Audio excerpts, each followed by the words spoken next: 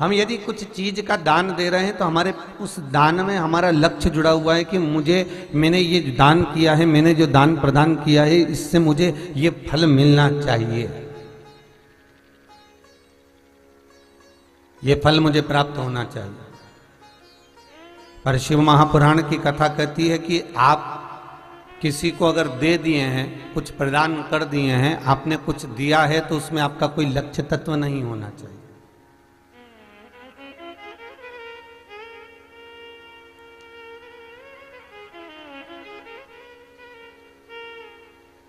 एक बहुत अच्छे नेता को, बहुत पदधारी को, बहुत अच्छे प्रतिष्ठित व्यक्ति को, जिसके पास में बहुत पद हों, अध्यक्ष, उपाध्यक्ष आदि आदिक जो अच्छे पदों पर विराजमान हैं, व्यक्ति उसको घर में बुलाना इसलिए चाहता है कि आने वाले समय में अगर हमारा कोई काम अड़े तो वो ये निकाले। उसको यदि हम भोजन करा रहे हैं, उसको यदि हम कुछ प्रदान कर रहे हैं, तो उससे ये कुछ निकल जाए, उससे हमारा काम हो जाए।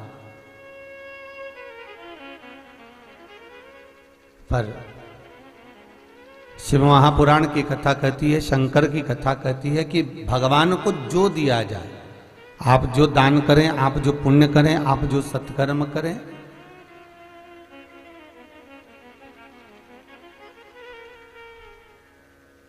आप जो भी प्रदान कर रहे हैं, आप जो भी दान कर रहे हैं, आप जो सत्कर्म कर रहे हैं, उसमें कुछ मांग ना हो, उसमें कुछ प्राप्ति का कोई ऐसा साध्यता नहीं होना चाहिए कि मैं ये मिल जाए, मुझे मैंने जो करा, मैंने ये दिया और मुझे तुरंत मिले।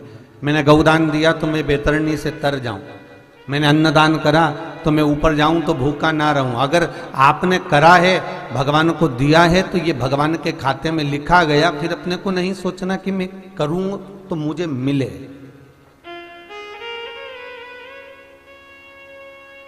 तेरे मंदिर में आना मेरा काम है और मेरी बिगड़ी बनाना तेरा काम है।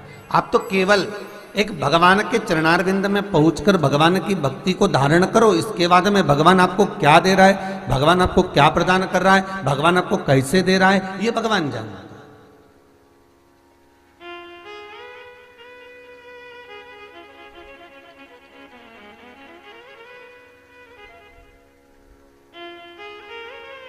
महाराज,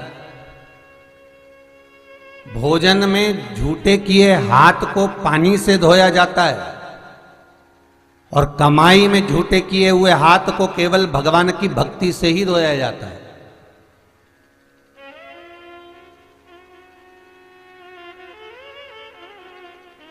आप छल से, बेईमानी से, कपट से परिवार को साधना है, पालना है, तो व्यक्ति को कर्म करना पड़ेगा।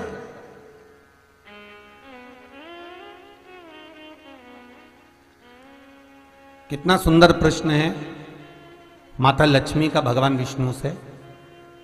हे वैकुंठ नारायण, हे वैकुंठ अधिपति, हे भगवान विष्णु, हे नारायण, हे पुरुषोत्तम, हे प्रभु, मेरे मन के संशय को मिटाइए। माता लक्ष्मी जी कह रही हैं। तो भगवान विष्णु ने पूछा, तुम्हारे मन का संशय है क्या? क्या संशय है तुम्हारा? बोलो। महाराज, मेरे मन का जो संशय है, केवल इतना सा संशय है कि हे नाथ, एक तरफ दुनिया कहती है कि कपट मत करो, छल मत करो, बेईमानी मत करो, प्रपंच मत करो, झूठ मत बोलो, असत्य मत बोलो, ये कर्म मत करो, गलत कर्म मत करो। और दूसरी तरफ मृत्यु लोक में मनुष्य जब जन्म लेता है, मानव का जब शरीर मिलता है, तो आप आज्ञा करते हो कि संसार में, परिवार में रहोगे, भरण पोषण परिवार का करना होगा, तो ये सब कुछ भी करना होगा।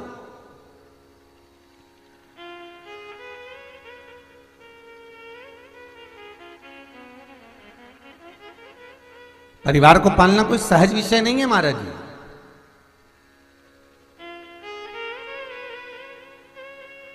दुकान पर बैठे हो तो थोड़ा झूठ भी बोलना पड़ेगा, दुकान पर बैठे हो तो थोड़ा छल भी करना पड़ेगा, दुकान पर बैठे हो तो थोड़ा कपट भी करना पड़ेगा।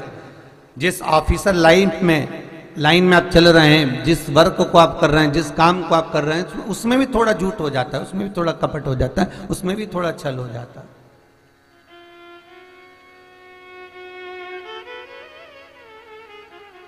तो प्रभु, जब व्यक्ति छल कर रहा है, कपट कर रहा है, बेईमानी प्रपंच कर रहा है, सब कुछ वो कर रहा है, तो उसके लिए तो नरक का मार्ग सुलभ है। जब आप कह रहे हो कि नीचे जाकर, एक तरफ कह रहे हो कि गलत कर्म मत करना, और दूसरी तरफ कहा कि परिवार का अगर पालन करना है, परिवार को अगर साधना है, परिवार को लेकर चलना है, परिवार का भरण पोषण करना है, तो उसकी जवाबदारी, उसकी जिम्मेदारी तुम्हारी है।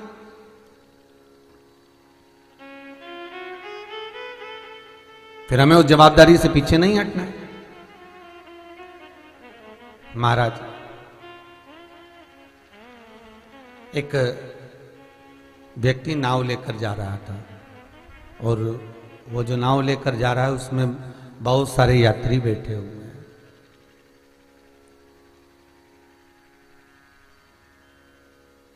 इतने में लहर चल गई, सुनामी, बवंडर आ गए, नाव डोलने लगी, डिगने लगी। नाव वाले व्यक्ति ने कहा, जो नाव लेकर जा रहा था, खे रहा था, उसने कहा, अब ये नाव डूबने वाली है, तुम लोगों को तैरना आता है? कोई को आता था, कोई को नहीं आता था। नाव चलाने वाले ने विचार करा, अब नाव डूबने वाली है, और बवंडर आया और नाव डूबने की कतार पर आ गई। इतने में नाव चलाने वाला पतवार को छोड़कर पानी में कूद गया, और कूदकर बाहर निकल गया, और जितने लोग नाव में बैठे थे वो सब पानी में डूबकर मर गए। वो सब पानी में डूब गए, मर गए। पानी में डूबकर उनके प्राण छूट गए।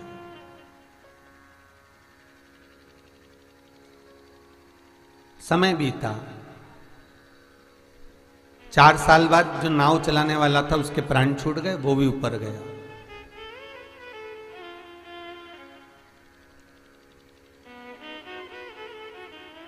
चित्रगुप्त महाराज जी से धर्मराज की जब बात हुई, तो धर्मराज जी ने चित्रगुप्त महाराज से कहा कि एक काम करो, इस व्यक्ति को जितने भी नरक होते हैं सारे भोगने के लिए दो इसको। ऐसा कोई नरक नहीं बचना चाहिए जो ये ना भोगे, इसको भोगने के लिए सारे नरक दो।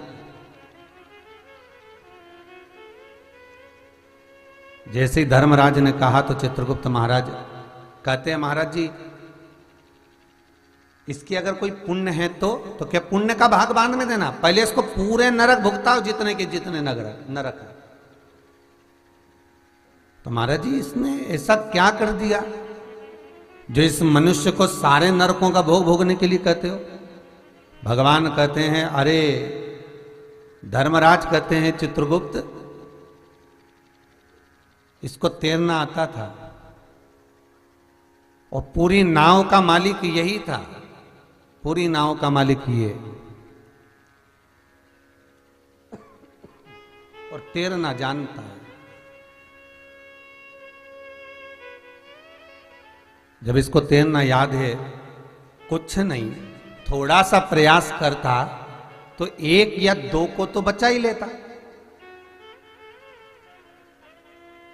पर जब नाव डूबने लगी, ये निकलकर बाहर खड़ा हो गया और नाव को डूबता हुआ देखता रहा, सबको मरता हुआ देखता रहा।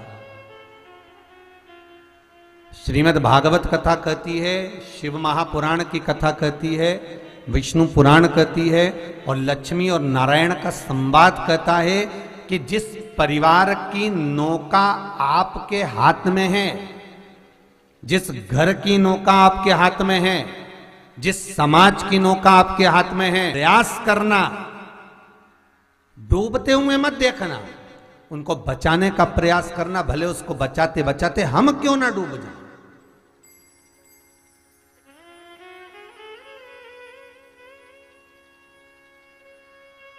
पर हम बचाएं। भगवान विष्णु कहते हैं कि मैंने जो परिवार दिया है, मैंने जो कुटुंब दिया है, मैंने जो एक परिवार में इसको भेजा है, तो ये परिवार का सारा भार तत्व जो है इसी के हाथ में दे दिया। अब इसको परिवार साधना है, इसको परिवार चलाना है, और इसको परिवार चलाना है तो ये क्या कर रहा है कपट कर रहा है, बेईमानी कर रहा है, छल कर रहा है, प्रपंच कर रहा है, क्या कर रहा है? हाँ ये पक्का है कि इसने झूठ बोला है, जो कर्म बेकार करा उसका भोग ये भोगेगा। पर इसके साथ में मैंने इसकी धर्म पत्नी दी है। पति के नाम के आगे धर्म नहीं लिखा है। वेद व्यास जी ने जितनी पुराण लिखी उसमें कहीं नहीं लिखा पति के नाम के आगे कि धर्म पति लिखा हो, पर पत्नी के नाम के आगे उन्होंने लिख दिया कि धर्म पत्नी। अर्थात धर्म पत्नी क्यों दी इसके साथ में? कि पति अगर बेईमानी कर रहा है, पति अगर छल कर रहा है, पति अगर कपट कर रहा है, पति अगर प्रपंच में डूबा हुआ है, पति अगर कुछ गलत कर्म भी कर रहा है, तो वो कर्म से धर्म पत्नी धर्म कर कर, सत्कर्म कर कर, पुण्य कर कर, आनंद कर कर उसको बचा सकती है। धर्म पत्नी उस पुण्य के बल पर उसे बचा सकती है।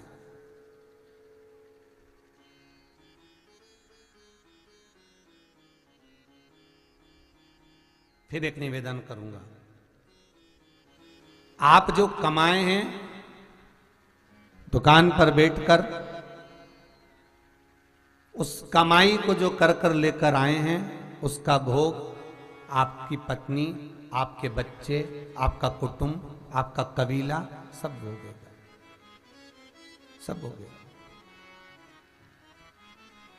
आपकी कमाई का भोग अपनी पत्नी भी भोग रही है, आपकी कमाई का भोग आपके बेटे भी भोग रहे हैं। खूब नए नए हैंडसेट लेकर आ रहे हैं, खूब एलसीडी लेकर आ रहे हैं, खूब बढ़िया गाड़ी, बाइक, मोटरसाइकिल सब लेकर आएंगे, 4 व्हीलर लेकर आएंगे, सब भोगेंगे। तुम्हारी कमाई का भोग पत्नी भी भोगेगी, अच्छे अच्छे half set, full set, sofa set, dinner set सब लेकर आए। तुम्हारी कमाई का भोग तुम्हारे भाई, बंधु, परिवार वाले सब भोगेंगे। पर शिव महापुराण कहती है जिस तरह से तुमने कमाया है, जिस कपट, छल, छिद्र, बेईमानी, प्रपंच से तुमने कमाया है, उसका भोग केवल तुम अकेले को भोगना पड़ेगा, कोई दूसरे को नहीं भोगना, केवल अकेले। मत बुरे कर्म कर बंदे वरना पछताएगा, भगवान की आंखों से तू बच नहीं पाएगा, तू बच नहीं पाएगा। उस कर्म का भोग हमें भोगना।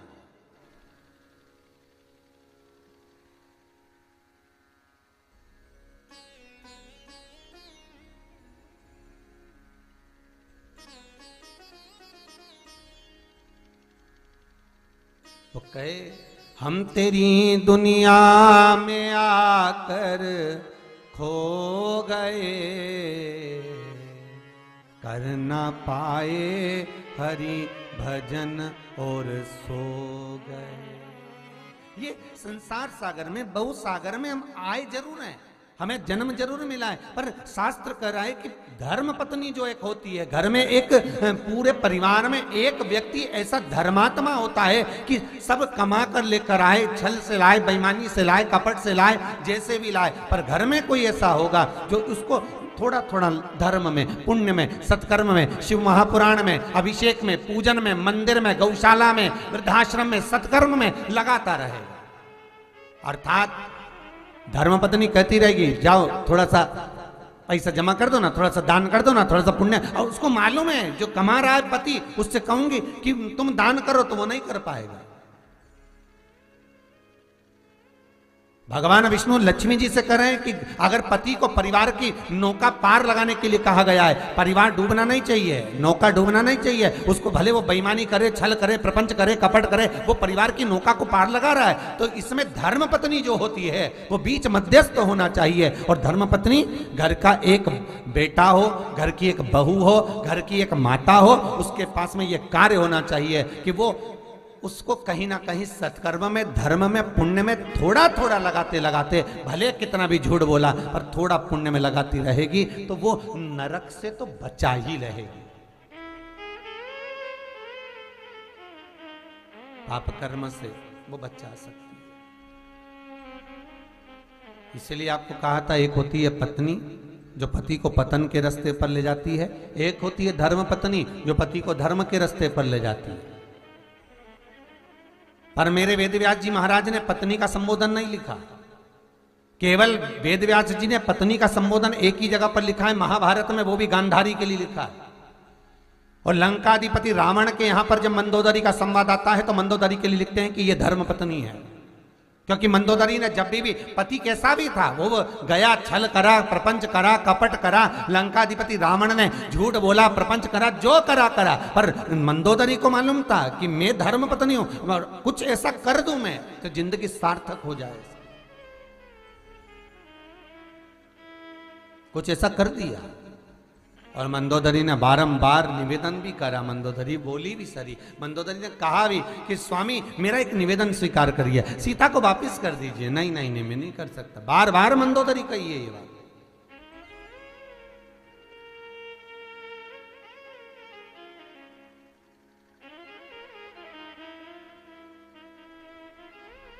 रामचरितमानस को उठाकर देखना, उसमें मंदोदरी का चरित्र,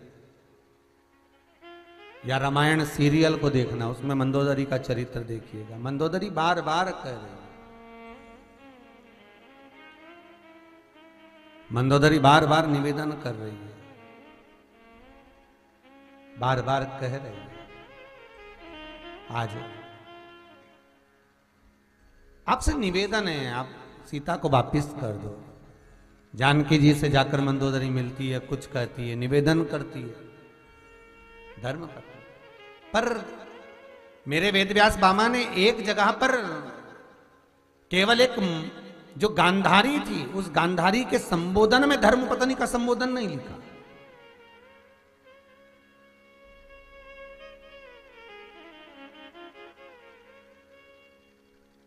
क्यों? क्योंकि बाबा जानते थे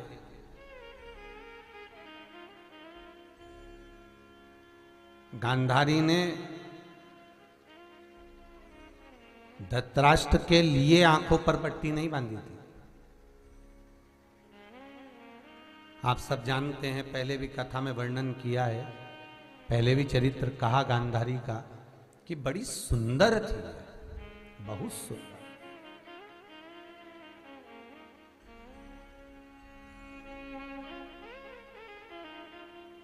बहुत सुंदर थी गांधारी, और इतनी सुंदर कि इसके यहां जब इसका स्वयंवर होने वाला था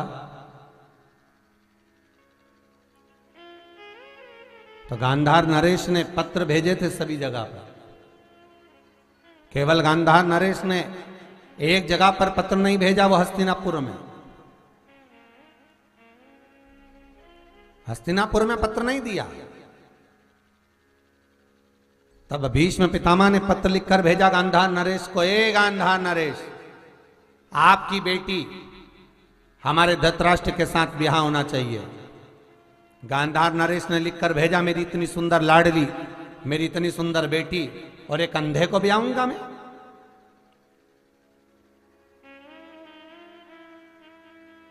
इतनी सुंदर कन्या को और मैं अंधे को दूंगा? ये कैसे हो सकता है? मना कर दिया गांधार नरेश ने। भीष्म पितामह ने फिर कहा, हे गांधार नरेश, यदि तुमने अपनी बेटी का विवाह मेरे इस धृतराष्ट्र से नहीं करा तो मैं गांधार को जीत लूंगा, युद्ध के लिए आतुर होऊंगा। गांधार तुरंत उसी समय पर गांधारी के पास पहुंचे और कहा, बेटा तेरा विवाह मुझे एक अंधे के साथ करना पड़ेगा, धृतराष्ट्र के साथ। पिताजी, क्यों? बेटा बात इतनी सी है, अगर मैं विवाह नहीं करता हूं तो पूरा गांधार लूट लिया जाएगा, क्योंकि हस्तिनापुर में बहुत सा राशि ठाठ है, बहुत सेना है, हमारे पास इतना नहीं है।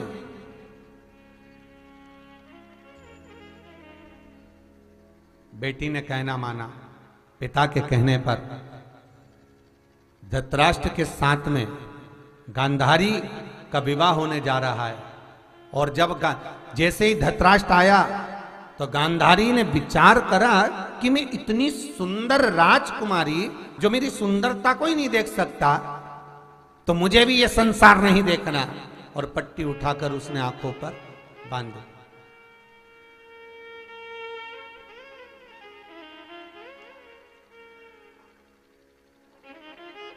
ऐसा पति मेरे भाग्य में लिखा है जो मुझे ही नहीं देख सकता, मेरी सुंदरता नहीं देख सकता, तो मुझे क्या देखना फिर इसको, क्या संसार देखना मुझे। और पट्टी आंखों पर बांध ली गांधारी ने। शादी हो गई, विवाह होकर आ गई, पर एक दिन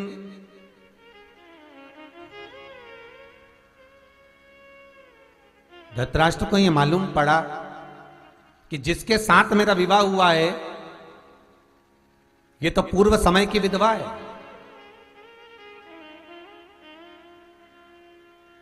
ये पूर्व समय की वेदव्य है। क्रोध में आ गया धृतराष्ट्र, सेना को तैयार करा, गांधार पर आक्रमण करा। गांधारी के पिता भाई सबको लाकर कारागार में बंद कर दिया कि मेरे साथ में छल करा।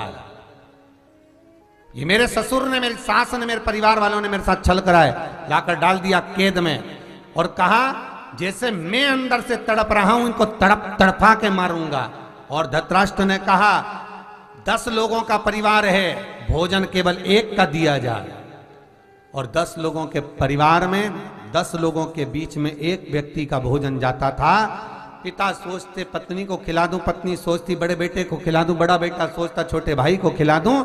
और वो केवल एक छोटा था, वो था शकुनी। उस शकुनी को अपना भोजन सब मिल कर खिला देते थे, और सब धीरे धीरे भूख के कारण तड़प तड़प कर कारागार में मरते चले गए। शकुनी भोजन करता करता छोटे से बड़ा हो गया, और आखिरी में एक बार समय ऐसा आया कि गांधारी के यहां दुर्योधन का जन्म हुआ। जब बेटे का जन्म हुआ चारों तरफ खुशियां छा गई, तो उस समय पर धृतराष्ट्र ने कहा जितने कारागार में है सबको छोड़ दिया जाए, क्योंकि मेरे घर में आज पुत्र हुआ है, मेरे घर में आज बेटा हुआ है, छोड़ दो, छोड़ दो। बहन गांधारी ने कहा भैया तू कहां जाएगा। शकुनी से कहा तू जाएगा कहां। शकुनी सोचता है मैं कहां जाऊं। गांधारी ने अपने पति से कहा धृतराष्ट्र से एक निवेदन स्वीकार करो, इसको कहां भेजेंगे, गांधार तो आपके कब्जे में, एक काम करो इसको यहीं हस्तिनापुर में रहने दो। शकुनी को हस्तिनापुर में रखा। धृतराष्ट्र ने कहा शकुनी तुम्हें हस्तिनापुर में रहना है।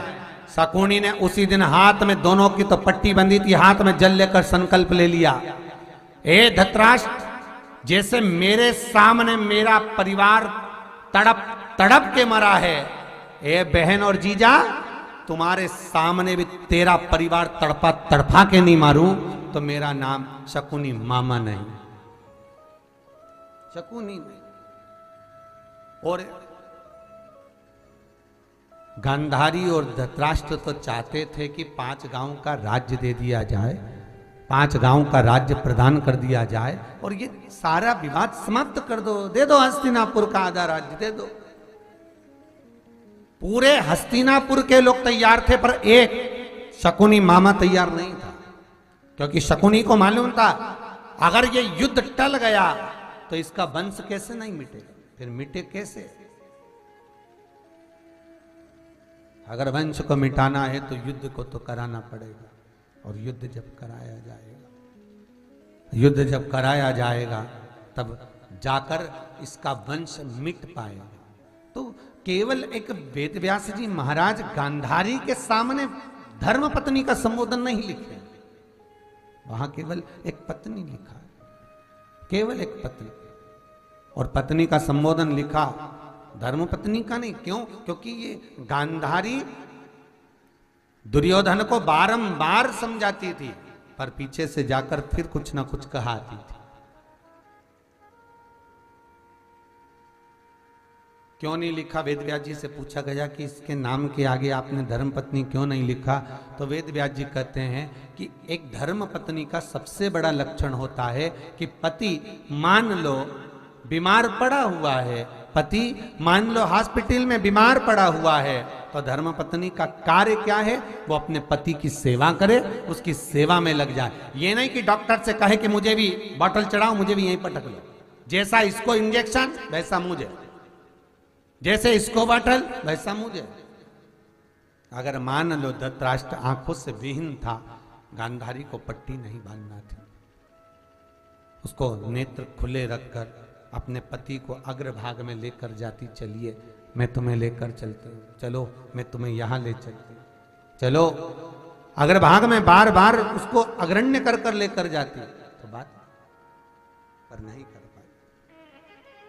भगवान विष्णु लक्ष्मी जी से कहते हैं, भगवान विष्णु लक्ष्मी मैया से निवेदन कर रहे हैं, हे लक्ष्मी, घर में एक व्यक्ति ऐसा रहता है, एक नारी घर में ऐसी रहती है, धर्म पत्नी हो, माता हो, बहन हो, भाभी हो, देवरानी हो, कोई घर में एक पुरुष भी कोई ऐसा होता है या स्त्री ऐसी होती है जिसको भगवान कहते हैं कि देवता उसको हर घर में एक व्यक्ति धर्मात्मा पैदा करते हैं, जिससे घर में जो कमाया जाए उसको कोई व्यक्ति सत्कर्म में थोड़ा थोड़ा लगाते जाए, तो वो पाप कर्म से छुटकारा पा जाए।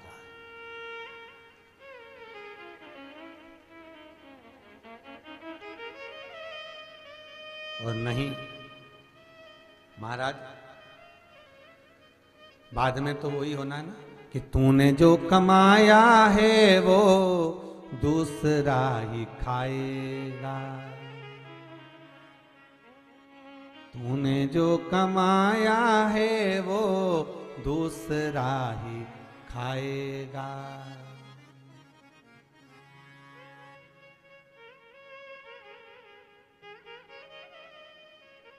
और जैसा आया खाली हाथ वैसा ही जाए। कई लोगों को देखा केवल घर में चौकीदार बनकर रह रहे हैं,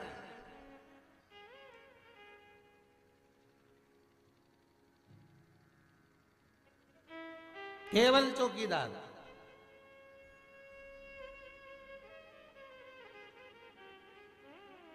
एक बार इंदौर गए जजमान के यहाँ, कथा थी, तो उन्होंने कहा हमारे रिश्तेदार रहते हैं गुरुजी, जरा चलेंगे अपन उनके यहाँ। हमने कहा चलिए।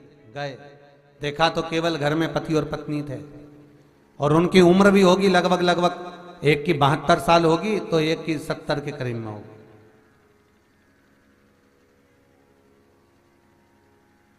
पूछा आपके कितने बच्चे हैं? गुरुजी 2। कहाँ हैं? दिख तो ही नहीं रहे ना। बच्चों की शादी हो गई? आओ, बहुएं आ गई गुरुजी, पोता पोती हो गए। अच्छा, कहाँ है वो? तो कहा एक तो पूना में रह रहा गुरुजी और एक बेंगलोर में रह रहा। अच्छा, और बेटियां कितनी हैं? गुरुजी 2 बेटी हैं। कहाँ पर है गुरुजी? तो कहा एक दिल्ली में और एक नोएडा में, दोनों रह रहे। हमने कहा ठीक है। अब तुम दोनों यहां क्या कर रहे? अब गुरुजी ये घर इतना बड़ा छोड़ कर जाएं क्या? हमारा तो मन ही नहीं लगे कहीं पर भी।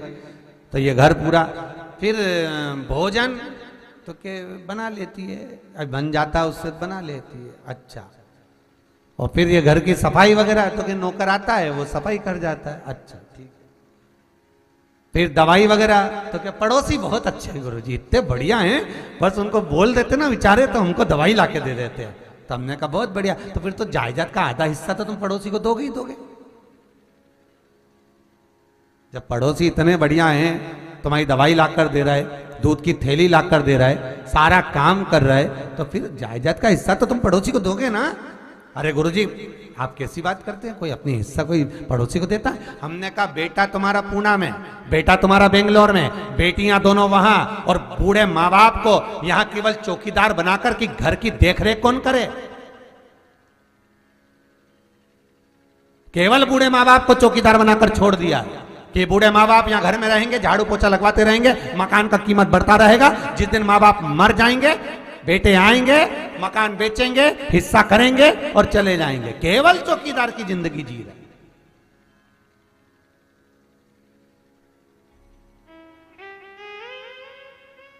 केवल चौकीदार का जीवन।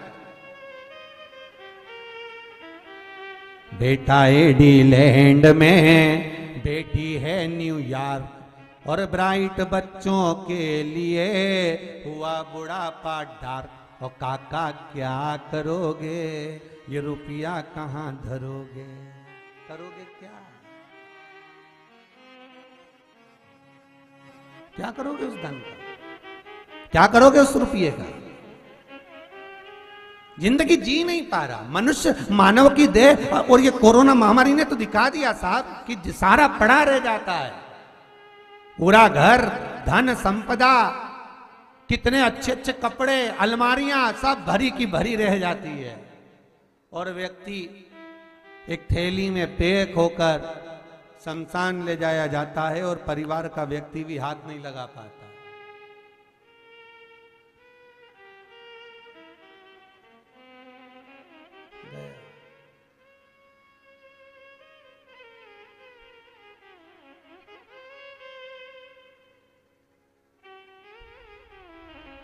कितना प्रेम था। पत्नी कहती है मेरा पति, और पति कहता है मेरी पत्नी। बच्चे कहते हैं पिता, पिता कहता है बेटा। कितना प्रेम।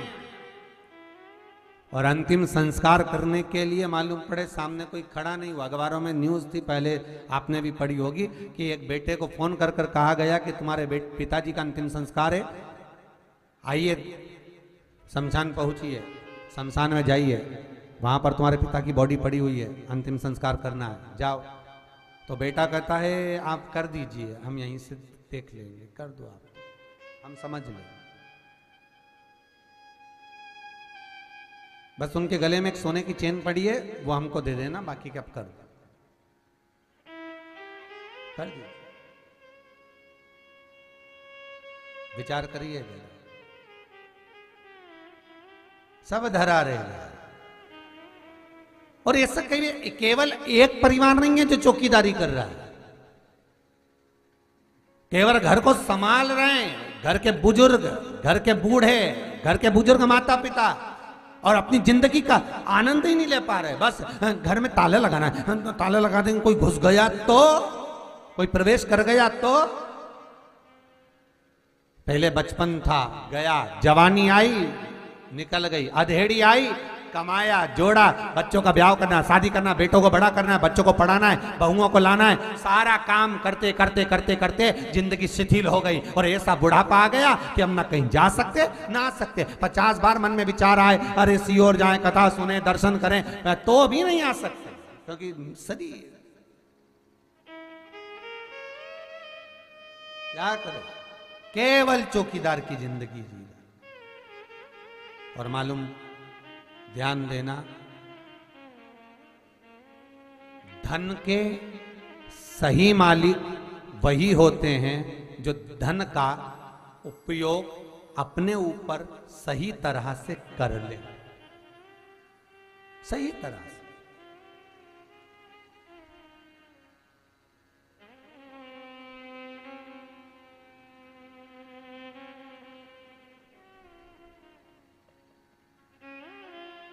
चेन्नई में कथा करने गए थे, तो एक सेठ जी के दरवाजे पर गए, वहाँ मिले, तो वो ठंड का थोड़ा सा, वो बारिश का समय था, दीपावली के टाइम की कथा थी, तो उनके पाँव के जो मोजे थे वो कम से कम 4 या 6 जगह से फटे हुए थे। ठीक है,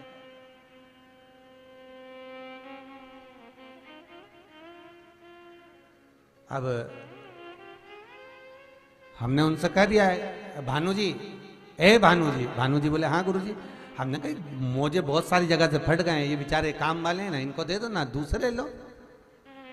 भानु जी के मैं अब भी आया गुरुजी, और उनका मोबाइल आ गया, बाहर निकल गया, नौकर काम कर रहा था, पानी वानी लेके आया। तो हमने उससे पूछा, बेटा ये मोजे तुम्हें ले लेना चाहिए तुम्हारे सेठ जी से, इतने फट गए। अरे गुरुजी 12 साल हो गए काम करते करते, वो फटा रुमाल गाड़ी साफ करने में रख दे, पर हमको नहीं दो, और तुम क्या मोजा। अरे गुरुजी पानी रखा, हमने कहा जय हो भानु जी की।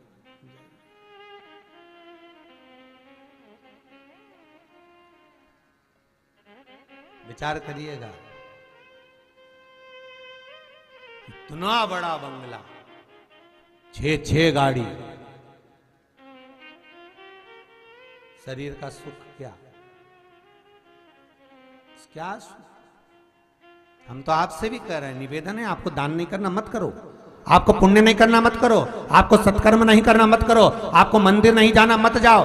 आप बस इतना जरूर करो कि जो तुमने कमाया है उसको अपने शरीर पर कम से कम खर्च तो करो।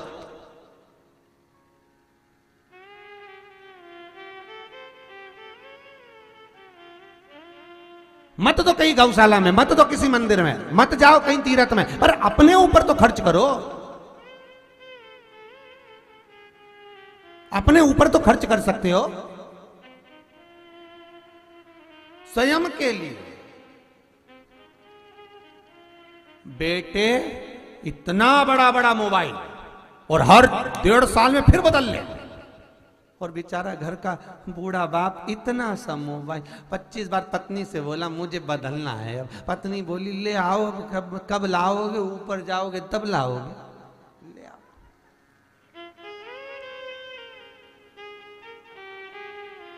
पति बोला इतने समय काम चल रहा है, ठीक है, क्या करना।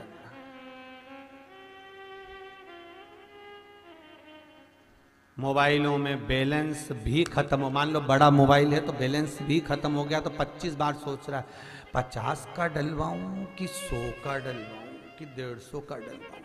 अब पूछा क्या है तो कि 15 तो गुरुजी अपने किराएदार हैं, बिल्डिंग पूरी किराए से गई है, कितना मिल रहा है 2.5 लाख रुपए। अच्छा, और दुकान बहुत बढ़िया गुरुजी 1.5 लाख उसमें मिल रहा है, और सब कुछ चकाचक। फिर ये 50 और 150 क्या सोचना, खुद के ऊपर खर्च कर रहे हो ना। अच्छा खाओ, अपनी जिंदगी को अलमस्त जियो, फिर ये मौका मिले ना मिले, मरने के बाद तो फिर छोड़ोगे तो बच्चे तो खाएंगे ही, तुम नी भी दोगे तो भी उनका होगा। तो अपनी जिंदगी को मस्त जियो, फुल एंजॉय, फुल एंजॉय। अपनी जिंदगी को अलमस्त, भजन करना है भजन कर कर, स्मरण करना है स्मरण कर कर, दान करना है दान कर कर, पुण्य करना है पुण्य कर कर, सत्कर्म करना है सत्कर्म कर कर, और नाम जाप करना है नाम जाप कर कर, और अपने जीवन को अलमस्त जियो। खूब चकाचक, गाजर अच्छी आ रही है, घिस घिस के उसका हलवा बना के खा ले।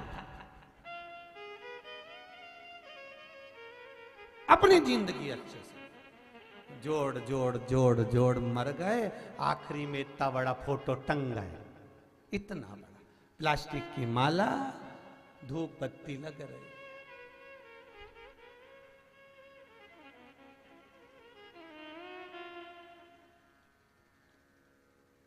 ये सुजालपुर शाजापुर साइड में, ये हमारे इधर से 40-50 किलोमीटर दूर है वो, तो वहां पर जो कोई मर जाता है ना, तो एक आध भगत लोग मर गए तो जाना पड़ा, तो भगत वहां पर कोई मर जाता है तो वहां पर जितने बहू बेटा होते हैं ना, सब उसको दही पेड़ा खिलाते हैं। तो हमने कोनी मार के एक से पूछा है ये क्या हो रहा है, तो कि दही पेड़ा खिला रहा है बाप को। हमने कहा जीते जी नहीं खिलाया।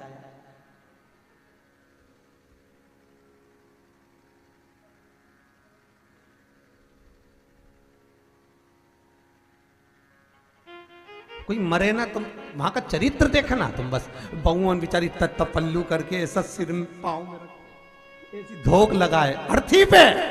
अरे काहे दिखावा करो री, काहे?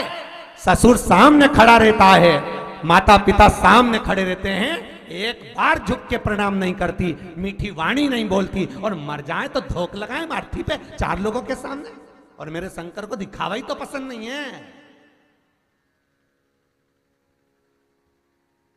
फिर वही वाली बात आ गई, तेरा तेरा दिन याद करे, क्यों रे मन सुमिरन क्यों नहीं करे, केवल तेरा। फिर परिक्रमा लगा रहे, नरियल फोड़ रहे, और आंख में से आंसू बहा रहे, ऐसे बहा रहे जैसे इनके सिवा कोई नहीं था। और एक आध बार घर पे जाके देख लेते तो चाय तक की नहीं पूछे, मेहमानों के पांव पड़ ले, और डोकरा बैठा की बैठा रह जाए, बुढ़िया बेटी की बैठी रह जाए, प्रणाम तक नहीं करे। तो पूछा ये तुम्हें प्रणाम नहीं करा माँ, तुम्हें प्रणाम नहीं करा तुम्हारी बहू ने? तो क्या अब रोज रोज ही तो कर लेती, थक गई होगी इसलिए नहीं करा होगा। विचार, ये क्यों ढोंग करो रे? अरे ओ भेरू, क्यों ढोंग करे? किस कौन याद? धन सारा की सारा पड़ा रह जाएगा। देखो लोग तो हमसे ही कहते हैं महाराज इतना इतना सारा सोना पहन के तुम व्यासपीठ पे बैठते हो, ये काहे के लिए पहनते हो इतना सोना? तो क्या औलादों के लिए छोड़ के जाए? अरे बोलो तो, सत्य बताना। ये अपनी उम्र में आएंगे तो क्या कमाकर हमें सोने की माला पहनाएंगे? अरे बोलो रे, इतने बैठे हो और इतने टीवी पे सुन रहे हो और मोबाइल पे सुन रहे हो, आपकी औलाद ने आपको कितनी सोने की माला पहनाई? उल्टा माँ और बाप ने जब बेटा की शादी करी, बहू को 5 तोला, 4 तोला, 6 तोला, 10 तोला, 20 तोला सोना चढ़ाया, और बच्चों ने कितनी चेन अंगूठी पहनाई, वो मुझे बताओ। कौन छोड़े? और ऐसा नहीं है कि आपके पास में नहीं होगा, बस आपका तिजोरी के अंदर रखा है, और हमारे जजमानों ने हमें पहनने के लिए दिया है तो पहनो, और तिजोरी में रखा की रखा रह जाएगा, और एक दिन चला जाएगा। फिर वो तिजोरी का बाद में बहुएं बांटेंगी, उससे अच्छा अपना तो पहनो। और जितने जितने कई महाराज उनके बताओ, महाराज जी तो ऐसे सज धज के बैठे ने, खूब सोना चांदी पहन के बैठे, तो महाराजों के पास में कम है क्या? ढेर महाराजों के पास में भी, पर नहीं पहने तो हम कहीं करे, तुम छुपा के रखो। ये छुपाने का काम ही नहीं, क्योंकि ये विश्वनाथ की नगरी, शंकर की कथा, यहाँ कुछ दिखावा नहीं, सब पहने। और हम तो आपसे भी कहते हैं कथा सुनने बैठना तो अलमस्त होकर बैठना। खूब सुंदर सुंदर लहंगा चोली दिलाएं, घर पे रखें, अलमारी में एक से बढ़कर एक कपड़े रखें, ना जाने कब धरे की धरे रह जाएंगे, अलमारी में पड़े की पड़े रह जाएंगे, पहन लो। कोई मौका नहीं है अभी। कई लोग कहते हैं गुरुजी अभी जरा कोई अच्छा फंक्शन आने दो जब पहनेंगे, और फंक्शन से पहले निपट गई तो मान लो जो श्वास है, शरीर है, ये तो जीवन का क्या ठिकाना? ये श्वास कब रुक जाए इसका कौन भरोसा? क्या मौका है, पहनो, अपनी जिंदगी को मस्त जियो, भगवान का भजन भी करते रहो, शिव महापुराण की कथा सुनते रहो, और अपने जीवन को मस्त जियो। और फिर निवेदन करूंगा, नहीं बनता दान करते, नहीं बनता पुण्य करते, अपने ऊपर खर्च करो, इतना तो बन सकता है ना, वो करो। पर केवल एक चौकीदार जैसा होता है ना कि सामान बहुत सारा है और केवल चौकीदारी करता है, ऐसी जिंदगी मत जीना भाई, मत जीना। फिर नहीं मिलने वाला ये मानव का शरीर, वापिस नहीं मिलेगा, और मिल भी गया तो ना जाने कितनी योनियां काटने के बाद फिर मानव की देह में आओगे, और आओगे भजन कर पाओ ना कर पाओगे। आज मौका मिला है, भजन करो, दान करो, पुण्य करो, सत्कर्म करो, अपने ऊपर भी आनंद के साथ में अपनी जिंदगी मस्त जियो, प्रसन्न चित्त। भगवान विष्णु लक्ष्मी से कहा, ए लक्ष्मी सुनो, तुम कह रही हो कि मनुष्य के मानव को मृत्यु लोक में जाना है, परिवार का भरण पोषण करना है, कपट करना पड़ेगा, बेईमानी करना पड़ेगी, छल करे, परिवार को चलाना है, नाव को पार लगाना है, करेगा। और निवेदन है, घर में एक सदस्य ऐसा भेजता हूं, भगवान विष्णु कहते हैं, जिसको मन उसका भगवान की भक्ति में रमा रहता है, पुण्य दान में, सत्कर्म में रमा रहता है, और वो पुण्य दान कर कर अपने पूरे परिवार को परमात्मा की शरणागति तक ले जाता है। जैसे हिरण्यकशिपु के घर में प्रहलाद, और तानपात के घर में ध्रुव, दूदाजी के घर में मीरा, नामदेव, तुकाराम, रामकृष्ण परमहंस, चैतन्य महाप्रभु, श्रीमद् वल्लभाचार्य जी, ये सब है जिन्होंने अपने अपने परिवारों को तार दिया, पार लगा।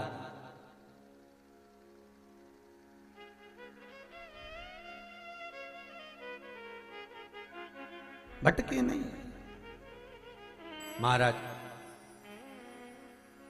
और जो प्रश्न भगवान विष्णु से लक्ष्मी ने करा वही प्रश्न पार्वती ने शिव से भी करा। संसार सागर में आने के बाद मनुष्य जो आसक्तियों में पड़ जाता है, उसकी इंद्रियां संपूर्ण संसार का भोग लेने में लगी रहती हैं, उन इंद्रियों को वश में कैसे किया जाए वह मुझे सुनना है। भगवान शिव पार्वती से कहते हैं, पार्वती केवल एक ओंकार, और केवल ओंकार एक ऐसा है जो आसक्तियों से छुड़ा लेता है। मेरा आप सबसे निवेदन रहेगा कि दिन भर में 24 घंटे में कम से कम 5 बार, केवल 5 बार ओंकार का नाद होना चाहिए। क्यों? तो कहता है ये इंद्रियां हमारी जो गलत मार्ग पर जाती हैं उसको केंद्रित कर कर शरणागति का मार्ग पर पहुंचा देता है। केवल ओंकार।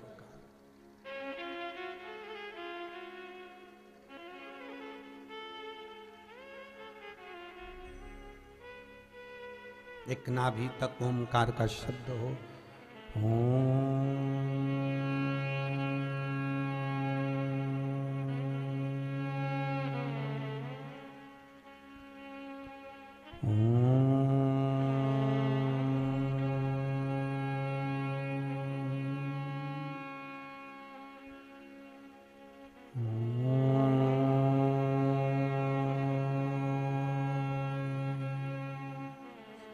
ओंकार का नाद सारी आसक्तियों से परिणित कर कर भगवान की शरणागति देता।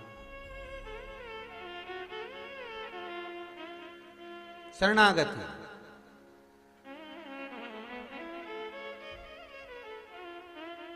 जैसे एक परीक्षा में बैठने वाला व्यक्ति, एक परीक्षा में बैठने वाला लड़का लड़की कोई एग्जाम में बैठ रहे हैं, कोई परीक्षा में बैठ रहे हैं और वो एग्जाम निकल नहीं रहा, तो गाय के दोनों सींगों के अग्रभाग, ऊपर का भाग, उसको हमारे यहां कैलाश पर्वत माना गया, उस पर शहद लगाकर, उसके अग्रभाग में शहद लगाकर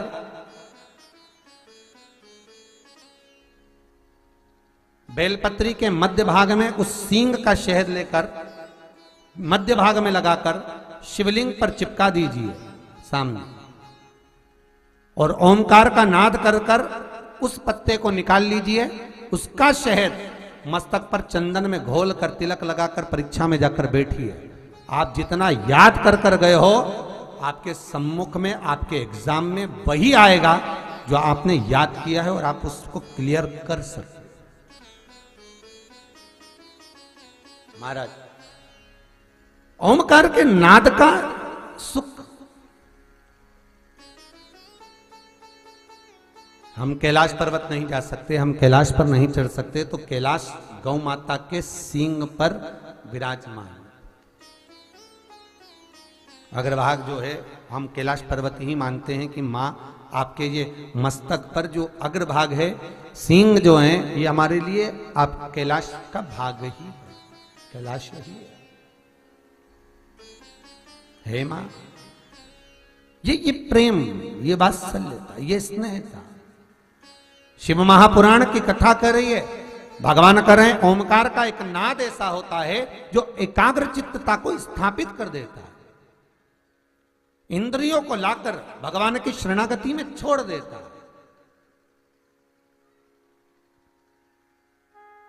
भगवान की शरणागति 21,600 श्वास में से मात्र थोड़ी सी श्वास प्रतिदिन 24 घंटे में से कुछ मालूम पड़े 5 बार, 3 बार, 2 बार ऐसा नाद ओमकार का हो जिससे हमारा मिलन परमात्मा से हो, हमारा मिलन। महाराज, भगवान शिव का विवाह जब पार्वती के साथ में हुआ तो पार्वती मैया ने विवाह के पहले जो साधना करी है, जो तप करा है, जो एकाग्र चित्तता धारण करी है, वो साधारण सी नहीं रही है। माता की वो साधारण सी नहीं रही। भक्ति प्रबल थी मां की। इसीलिए तो बाबा विश्वनाथ, भगवान शंकर माता पार्वती को मिले। और विचार करिएगा जरा, आज भी माताएं अच्छा वर पाने के लिए, कन्याएं उत्तम पति पाने के लिए अगर आराधना करती हैं तो शिव की करती हैं, शंकर की, मां जगदन्नी जगदम्बा की, अम्बा की, दुर्गा की। क्यों? क्योंकि हम इनकी आराधना करेंगे, हम इनकी भक्ति करेंगे तो जैसे पार्वती जी को शिव मिले ऐसे हमको भी कोई अच्छा वर प्राप्त हो।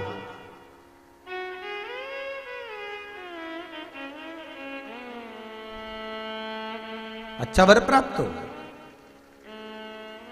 अच्छा, आपने कभी ध्यान दिया कि जितनी भी माताएं, जितनी भी कन्याएं वो शंकर जी की पूजन करती हैं उत्तम वर पाने के लिए, तो नारायण की पूजन क्यों नहीं करती उत्तम वर पाने के लिए? या ब्रह्मा जी की पूजन क्यों नहीं करती उत्तम वर पाने के लिए? पर पार्वती की पूजन करेंगी और पार्वती मैया का पूजन करेंगी, शंकर जी का पूजन करेंगी उत्तम वर पाने के लिए, पर ब्रह्मा जी का नहीं, नारायण का नहीं। क्यों?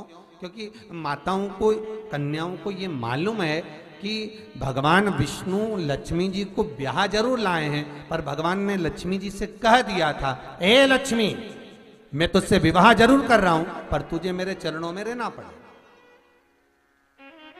तू मेरे चरणों में रहे। तो आपने लक्ष्मी जी का दर्शन करा? कहां पर है वो? भगवान के चरणों में। भगवान ब्रह्मा जी का पूजन कन्याएं वर के लिए क्यों नहीं करती? क्योंकि भगवान ब्रह्मा ने ब्रह्माणी से विवाह करा और ब्रह्माणी ब्रह्मा से दूर है, पर कन्या शिव का स्तवन, पार्वती का पूजन इसलिए करती हैं पति पाने के लिए कि आपके जैसा पति मिले। क्यों? क्योंकि शंकर भगवान स्वयं नीचे हैं और मां जगत जननी जगदम्बा को उन्होंने ऊपर बिठा रखा। किसी भी शंकर जी के मंदिर में जाकर देखना, शंकर का शिवलिंग नीचे होगा और पार्वती सामने हाथ जोड़ी हुई ऊपर नजर आएंगे। मेरे भोलेनाथ अर्धांगिनी का आदर करना जानते हैं, सम्मान करना जानते हैं कि तुम अग्रभाग में रहो, ऊपर रहो, सम्मान आपको मिलता रहे, क्योंकि आप हमारी अर्धांगिनी हो। शिव भले नीचे हो, आप तो जाओ महाकाल का दर्शन कर लो। महाकाल में भी आप जाएंगे, मल्लिकार्जुन में चले जाओ, चाहे आप त्र्यंबक चले जाओ, चाहे आप सोमनाथ चले जाओ, रोज आपके यहाँ सोमनाथ के भी दर्शन आते होंगे, है महाकाल का दर्शन आता, कभी दर्शन करना। महाकाल बाबा नीचे हो, पार्वती जी बिल्कुल दीवार में बिल्कुल सामने ऊपर, सोमनाथ जी नीचे, जगदम्बा सामने ऊपर, बाबा वेदनाथ नीचे, जगत जननी ऊपर। आदर का जो भाव है वो शिव में है, सम्मान का जो भाव है वो शंकर में है, कि मैं इनका आदर करना जानूं। इसलिए नारी भगवान शिव जैसा पति चाहती, भोलेनाथ जी जैसा मिले। अलमस जब जाए साथ लेकर जाए बाबा विश्वनाथ जैसा।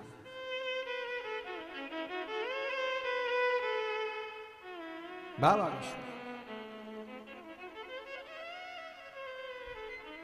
इसलिए शायद पार्वती ने भी जो तप करा शंकर को पाने के लिए करा, घोर तप करा, घोर तप। और शिव मिल भी गए, शंकर मिले, खूब मंगलमय विवाह हुआ, शंकर पार्वती दोनों मिलन भी हुआ। समय आया, भाबर भी डली है बाबा की।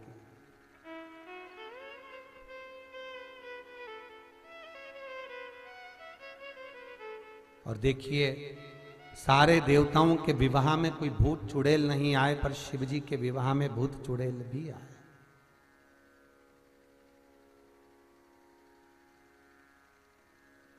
बाबा की जब बारात निकली, शिव शंकर जब बारात में चले, कहते हैं जब मुहूर्त था वो मुहूर्त निकल चुका था। तो किसी ने शंकर भगवान से एक बहुत सुंदर प्रश्न किया है कि बाबा ये बताओ, आपकी शादी का मुहूर्त निकल चुका और शादी का मुहूर्त निकला और उसके बाद आप बारात लेकर जा रहे हो, तो आखिर किसका इंतजार कर रहे हो? बाबा भोलेनाथ जी बोले अभी मुहूर्त नहीं हुआ मेरा। तो मुहूर्त होगा कब? बस हो जाएगा। बाबा की बारात ही नहीं जा रही, सब तैयार पर जाने को तैयार नहीं। जब मालूम पड़ा 8 दिन बाद सामने से एक अर्थी आ रही थी, लोग राम नाम सत्य चिल्ला रहे थे, शंकर भगवान उठ के खड़े हो गए, अब मेरा मुहूर्त हो गया, अब बारात चालू करो। शिव महापुराण की कथा कहती है सामने से अर्थी जब आई तो बाबा भोलेनाथ की बारात निकल कर गई। आज भी शंकर का मुहूर्त जब हुआ था, जब सामने से अर्थी आई थी, तो हिंदू धर्म का नियम है, नीति है कि स्वप्न में भी कोई मरा हुआ दिखता है तो उसकी उम्र बढ़ जाती है। स्वप्न में अर्थी दिखती है तो समझ लो घर में कोई उत्सव होने वाला रहता है। और यदि कोई अच्छे काम के लिए जा रहे हो, सामने से मुर्दा निकल कर चले जाए, अर्थी निकल कर चले जाए, तो समझ लेना वो कार्य सफल होगा। आज भी नियम है हमारा, आज भी नियम, मतलब वो कार्य सफल होने वाला है। सामने से मुर्दा निकल गया, अर्थी निकल गई, तो इसका मतलब ये नहीं है कि तुम शमशान के पास घर ले लो। दुनिया में बहुत चतुर लोग हैं, उन्होंने कहा शिवर वाला महाराज बोला है कि भैया अर्थी दिखे तो मुहूर्त अच्छा होता है, तो उन्होंने कहा शमशान के पास ही घर ले लो, रोज निकलेगी, अपना रोज का मुहूर्त हो जाएगा।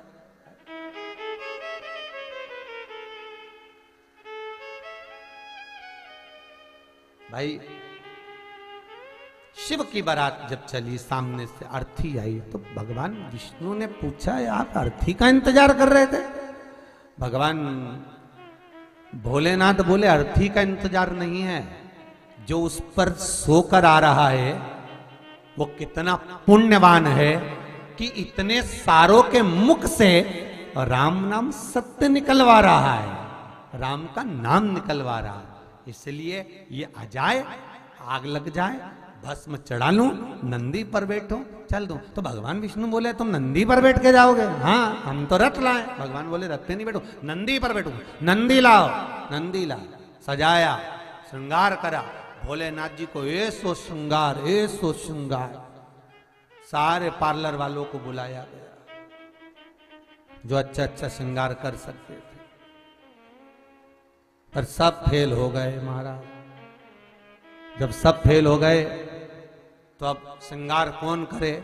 एक भी पार्लर वाला समझ में नहीं आया। तब बाबा भोलेनाथ जी ने कहा नंदी को बुलाओ। नंदी आया, नंदी ने कहा आज्ञा प्रभु। शंकर भगवान बोले सजा दे बिल्कुल। तो नंदी गया, जो गायों को बांधते ना दिवाली पे, और देखिए वो पन्नियों के सुंदर सुंदर आभूषण, हम माला, कंठी, घंटी सब ले आया। एक घंटी तो कमर में बांध दी भोलेनाथ जी की, अच्छी जोरदार टन टन करे बजती रहे। और जो गायों को सींग में कलर भरा जाता है, छापे लगाए जाते हैं, मेहंदी, हल्दी, कुंकू, सब बाबा भोलेनाथ जी के छाप दिया चारों तरफ। अब बाबा बोले मैं कैसा लग रहा? नंदी बोले प्रभु पूछे ही मत, नजर लग जाए। तो बाबा भोलेनाथ जी बोले नजर नहीं लगना चाहिए, ससुराल जा रहे, काजल ला। अब काजल लाए तो मुर्दा जला था, तो उसकी लकड़ी जो थी काली पड़ी हुई थी, उस काली लकड़ी को पत्थर पे घिस लिए और घिस के उसमें मिला दो घी, और मिला के पूरा काजल का कटोरा लिया है, और कटोरा ला के बाबा के यहाँ टप दिया, यहाँ टप दिया, पीठ पे टप दिया, कंधे पे टप दिया। अब बाबा भोलेनाथ जी बोले अब कैसा लग रहा? अब तो नंदी बोले प्रभु किसी की नजर नहीं लगेगी, तुम्हें इतने जोरदार लग रहा। अच्छा चले, चलो। जैसे ही चले तो भगवान विष्णु सामने आके रुको, बिल्कुल रुक जाओ। कि क्या हुआ, ऐसे जाओगे? भगवान भोलेनाथ जी बोले श्रृंगार हमारा अच्छा नहीं लगा। नहीं, श्रृंगार तो फिर भी ठीक है, पर नीचे तो कुछ पहन लो। बाबा भोलेनाथ जी बोले हम तो ऐसे, नहीं कुछ पहनो। तो बाबा गए, तो जिस आसन पे बाबा बैठे थे उसी को लपेट लिया, और लपेटे और नंदी पे चढ़ गए। अब जैसे ही नंदी पे चढ़े, और चढ़ते से जैसी बारात आगे बढ़ी, और इतने में बढ़ने लगी थोड़ी सी, फिर वो जो बंधा था वो खसकने लगा। खसकने लगा तो बाबा फिर नंदी से नीचे उतर। अब की बात जो खसक रहा था उसको गले में से सांप निकाल के उसको कस लिया बेल्ट के रूप में, और सांप को लपेट के फिर बैठ गए। अब बैठते सी बारात चली, थोड़ी दूरी निकली थी, इतने में नाचने गाने वालों में एक सेनाई वाला पुंगी वाला था। वो पुंगी ले आया और जैसे ही उसने पुंगी बजाई तो जो सांप बन रहा था वो फिर खुल गया, और खुल गया तो बाबा फिर दिगंबर हो गए। अब बाबा फिर दिगंबर हुए तो ब्रह्मा जी से भगवान विष्णु ने कहा जाओ जरा जाके, क्यों कि वापिस उतर गया। अब बाबा ब्रह्मा जी नाचते नाचते गए, भोलेनाथ जी कपड़ा उतर गया। भोलेनाथ जी बोले अब कब तक? बाबा बोला लपेट जा। अब वो वापिस लपेटा। अब 33 कोटि देवता बारात लेके चले और बाबा बड़े अलमस्त। अब बाबा ने पीछे मुंह कर लिया, पीछे नंदी का मुंह आगे, शंकर जी का मुंह पीछे। तो ब्रह्मा जी ने पूछा पीछे मुंह क्यों करा? शंकर भगवान बोले हमारा कोई बाप नहीं, हमारा कोई भाई नहीं, बारात कैसे देखेंगे? आगे से नंदी देखेगा, पीछे से हम देखेंगे, इसलिए औंधे बैठे नंदी पे, उल्टे बारात चल, सब नाच रहे। भगवान ब्रह्मा जी ने भगवान विष्णु से कहा महाराज बारात अच्छी नहीं लग रही। क्यों, क्या हुआ? इतनी जोरदार तो नहीं महाराज, बाराती तो अच्छे, पर उसको तो देखो भोलेनाथ जी को, यहाँ से काला पीला नीला सब दूर जैसे गाय बैल के छापे लगा, ऐसे लगा लगा के आ गए। और महाराज सारी फुंदी मुंदी लपटे लपेट ली पूरी। अब बाबा आप बताओ तो भगवान क्या करें? तो जैसा दूल्हा वैसी बारात होना चाहिए। भगवान भोलेनाथ जी से बोला तुम्हारे बाराती बुला। शंकर भगवान तो इंतजार में थे और सारे भूत प्रेत इंतजार ही कर रहे थे कब बाबा बुला, और इनने डमरू खड़काया और आ गए। किसी की गज भर की जीवान, किसी के 12 हाथ, किसी के मुंह नहीं, किसी के पांव नहीं, रेंग रेंग के चले, सब नाच रहे, सारे की सब। अब आगे आगे देवता नाच रहे, पीछे पीछे भूत चुड़ैल नाच रहे। इतने में इंद्रदेव ने ब्रह्मा जी से कहा प्रभु ब्रह्मदेव बोलिए, ये देवता नाच रहे, इनके नाचने का तो नाम है कि कोई कथक कर रहा, कोई भांगड़ा कर रहा, कोई गरबा कर रहा, पर ये भूत चुड़ैल नाच रहे, इनके नाचने का कोई नाम है क्या? इतने में ब्रह्मा जी बोले जो नाच समझ में नहीं आए समझ लो वो डिस्को है। तो जो भूत चुड़ैल नाचे वो डिस्को था। और आज भी लोग ऐसे डांस करते हैं, तुम देखना, ऐसे ऐसे हाथ हिलाएं, ऐसा लगे इनको ततैया खा गया है। भगवान भला करे।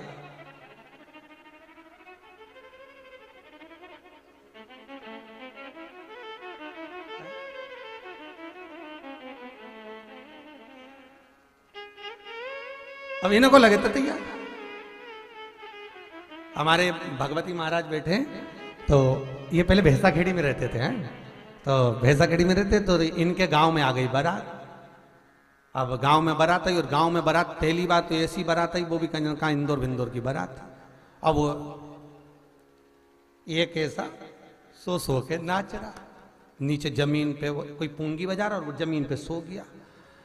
अब इनकी मम्मी यहीं बैठी हो, इनकी मम्मी को लगा कि बापड़े की मिर्गी आ गई। अब इनकी मम्मी गई तो पानी ले गई और जूता ले गई सड़ा हुआ। अब सारे बाराती तो आ गए और वो पड़ा। अब उन्होंने पानी का छींटा देकर जूता सुंगा दिया। इतने में उसका दूल्हे का बाप नाचते नाचते आकर, अरे काकी जी वो तो नाच रहा है। काकी जी ने जूता फेंक दिया, आग लग जाए, ऐसा नाच किस काम क्या काम था महाराज, नाच। बारात चली महाराज, बड़ी अलमस्तता में चली, बड़े आग।